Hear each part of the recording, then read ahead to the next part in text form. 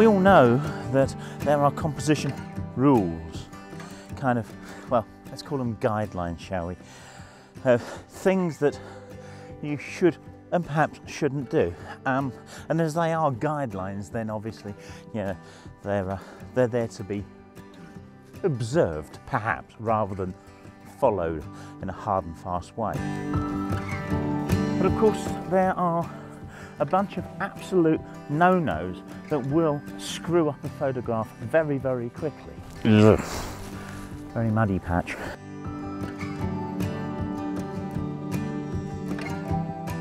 So having a very flat horizon, for instance, and having something incredibly close to that horizon, but not breaking it, you know, so close you can get a fag paper between the two and not have much rub. And what that creates is a kind of pull for the eye, and it really helps you separate the top and bottom of the image. Things like this at the coast. Now at first glance, this is quite a nice shot, but if you look again, there's a definite point of tension, and once you've seen it, you can't unsee it. That proximity absolutely ruins the shot. But from this angle, we break the horizon with the post, and this has the effect of joining the top and the bottom of the image together. If you want to know and find out a little bit more about that, check out this video up in the corner. Of course, getting a composition wrong is somewhat easier to getting it right. Mad as that may seem, I suppose in most things that we do, getting something wrong is that much simpler than doing it correctly, because, well, there are just more ways of doing things wrong. Well, I think wrong is probably the wrong word to use. I think what we need to be thinking about is, can we do it better rather than are we doing it wrong? Because heck, if you get a photograph at the end of something, it's not wrong, is it? It's just perhaps not the best it could be. One of the problems that a lot of photographers face when trying to get a composition dialed in is actually putting too much in it. The image becomes too messy. There's just too much detail, and whatever subject that you thought was the main subject of the image is suddenly lost to this cacophony of visual mess. So therefore, simplifying your compositions is one of the first things that really needs to be in your mind. And I'm not going to turn around at any point and suggest I'm not guilty of this. Yeah, I've got lots and lots of photos where I look at them later on and wish that I hadn't gone in and got this bit on the side or this extra bit of detail and such, because it just so often doesn't work well.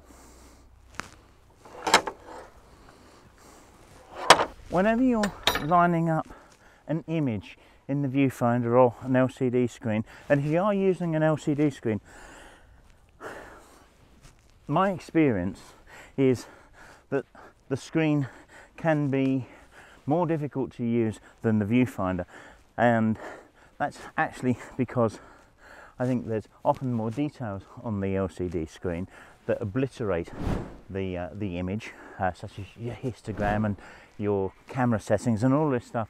Often on a viewfinder screen, if you're using a mirrorless, of course, then these bits of information can be just brought down below the image, and the image made a little bit smaller and stuff. Yeah, I'm talking from experience of my Olympus camera. Honestly, I couldn't tell you about others particularly, but I'm lazy. I use the LCD screen arguably too much. It's because it's too flexible on my camera. I've got a fully articulating screen, so I can angle it down so I'm looking down here at it, or I can angle it so I've got it way up over my head and such. It's a great tool, but I've got to be mindful, and I'm often not, that I might be getting stuff in the display, or of course it's on the display, but it's hidden behind things, and indeed my eyesight isn't that great to necessarily see some of these little details that really should not bloody be there. You will hear photographers call it edge patrol, and that's what you got to do. You've got to run your eye right the way around every edge of that screen and find anything that is going to pull the viewer's focus from what you want them to look at to this niggly little detail, and it probably is just a niggly little detail that is just either on the edge, too close to the edge, I'm losing my scarf, treading on it, that's not good, is it?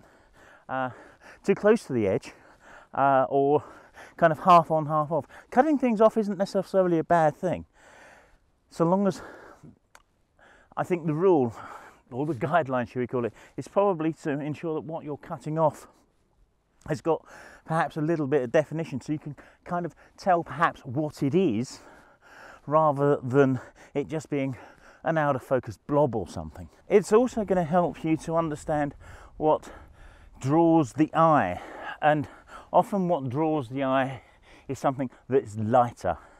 A light part, or light glinting off of a leaf or something. Yeah, a reflection can just grab the eye and take it away from what it is that you are expecting the viewer to have a good look at. Do be aware of these things. Now, with leaves and such and reflections, you can use a polarizer to cut those down. Sometimes cut them out completely. Depends on your angle to the item that's reflective and highlighty and all kinds of other things. But always, if you have one, carry a polarizer with you. And if you're worried about something like that, then just try it out. Because yeah, what's a couple of minutes or moments wasted just getting a polarizer and just twisting it to your eye rather than putting it on the camera, if that's more of a faff that you perhaps don't need. Of course, if you haven't got a polarizer, check out the links down below for some deals on it. If you check my code, you'll get 10% off of a KNF polarizer kit or filter kit before the end of 2023, and it's a pretty good piece of kit. I've used it a lot. You can check out video up in the corner here. I don't know whether it's that corner. I keep churning around, so I don't know which corner I'm pointing to now. Silly, isn't it? Anyway, yeah, if you haven't got one, there's a video up there somewhere that shows me using one and why I use it.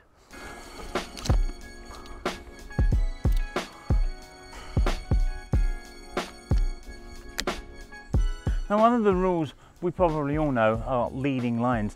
I've got one here. Whether this is a great shot or not, I don't know. I do know it's not a great shot, but it's one of the problems that I kind of face when working out in the environment without knowing what I'm going to stumble upon. I can talk about things and then I can look for things that kind of fit the narrative that I'm working on to video, and hope to God that they work as a photo when I stumble upon them. As I was saying about stuff on screen, so I've got a lot of information on here. I've got my level meter, which is running across the bottom here. I've got the other level meter running there. I've got a histogram. I've got all of the exposure information there. I've got my battery locator, not locator, level meter. Yeah.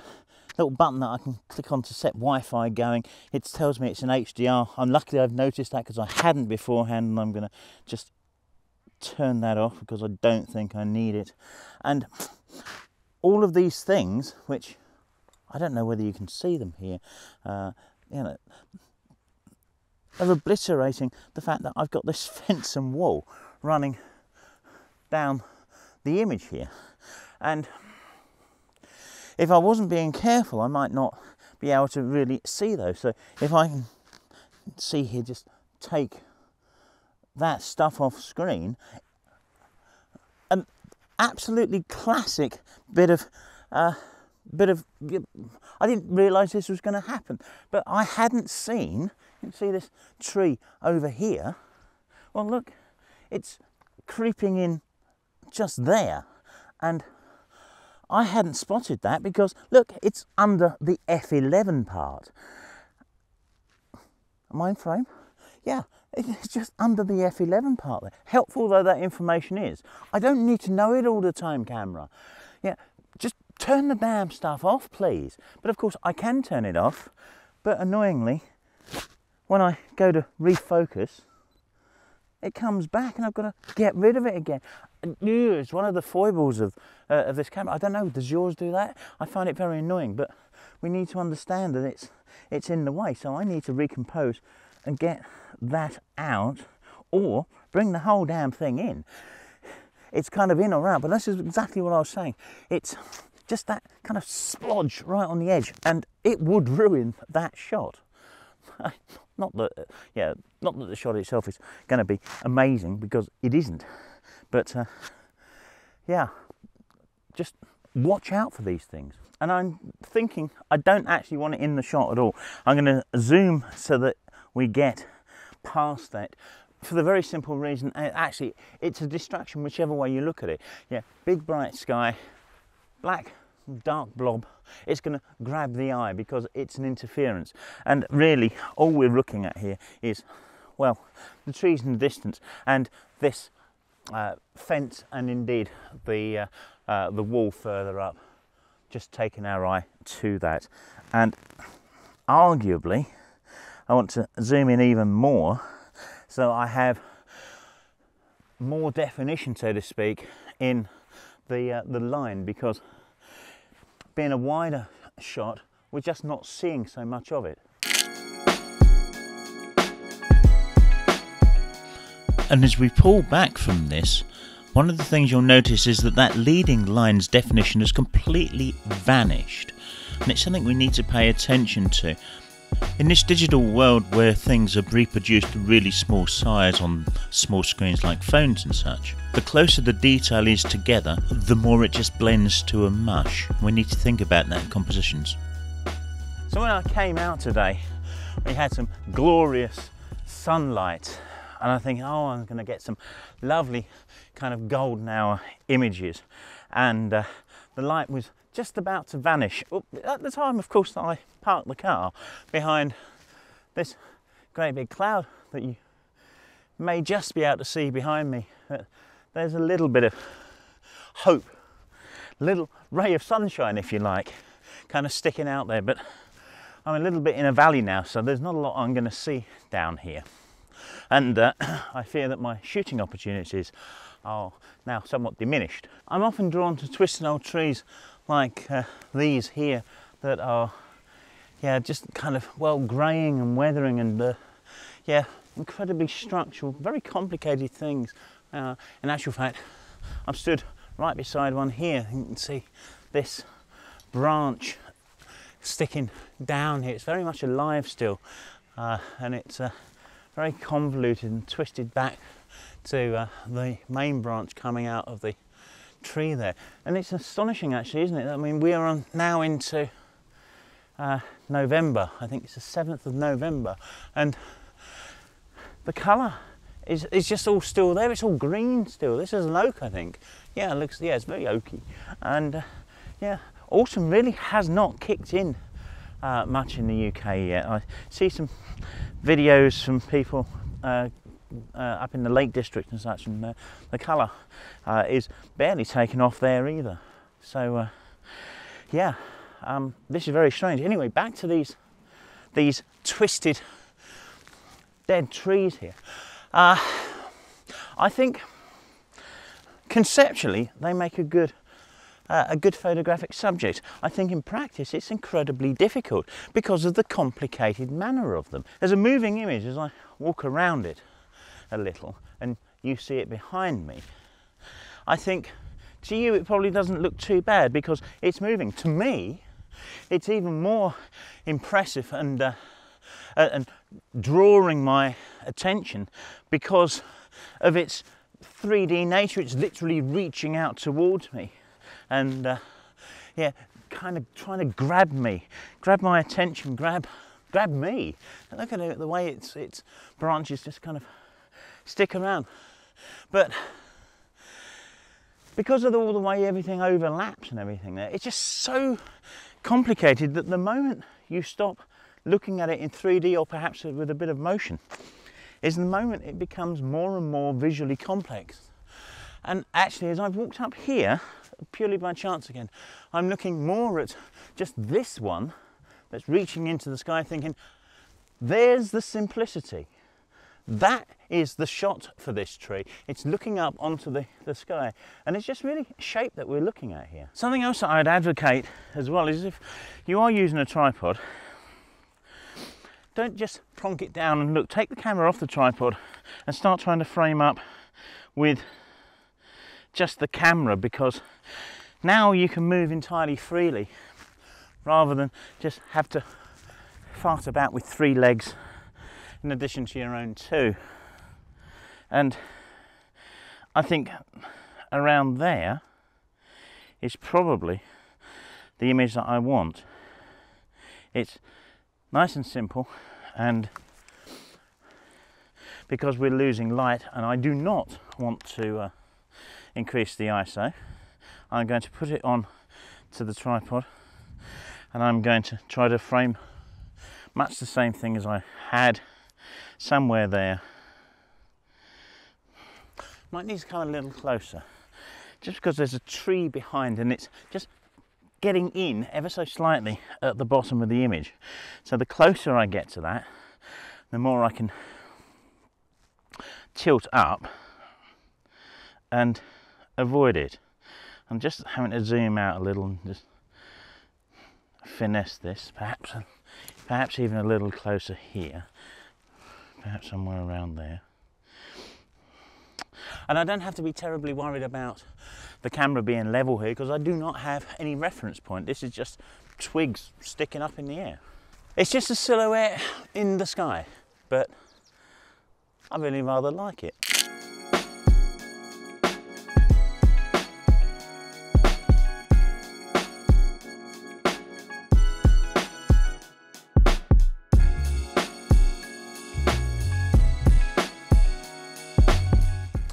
So I genuinely did not think that I was going to get a picture of this this fallen, damaged old oak tree. No, it's not damaged, is it? But it's, yeah, weathered old oak tree.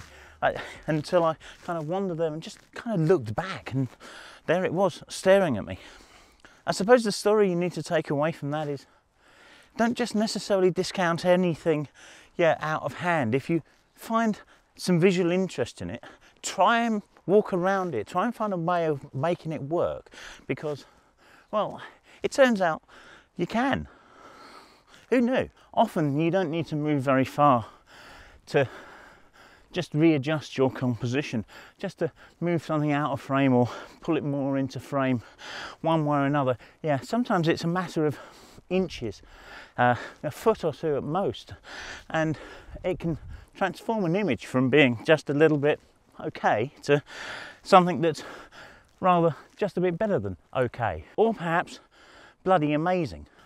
Of course, there's lots of other composition tips and tricks that you can employ to help your viewer enjoy the images that you're creating. One of the techniques I think that is often greatly misunderstood is that of balance, because the whole concept of balance is that, you know, you don't have one side of an image more heavily weighted than another side of an image, whether it's the top or bottom, left or right. But what is not often spoken about is actually what constitutes weight. We're talking about visual weight here. We're not talking about mass or brightness or whatever. We're talking about how certain shapes and such will outbalance other certain shapes and such. So one of the good examples of this is human figures. Because we can identify a human figure, it carries a great deal of visual weight, no matter whether it's that small in the frame or massive. Generally, you'll always find that your eye is drawn to a human figure, no matter how big it is. So you can balance something that appears to be completely off balance with the tiniest of human shapes off in the distance, say on a headland or something, and all of a sudden the image makes sense. But that kind of thing is very much a topic for another video. So thank you for watching. I hope you've enjoyed the few images that I've got out here, and take care. We'll see you on the next one.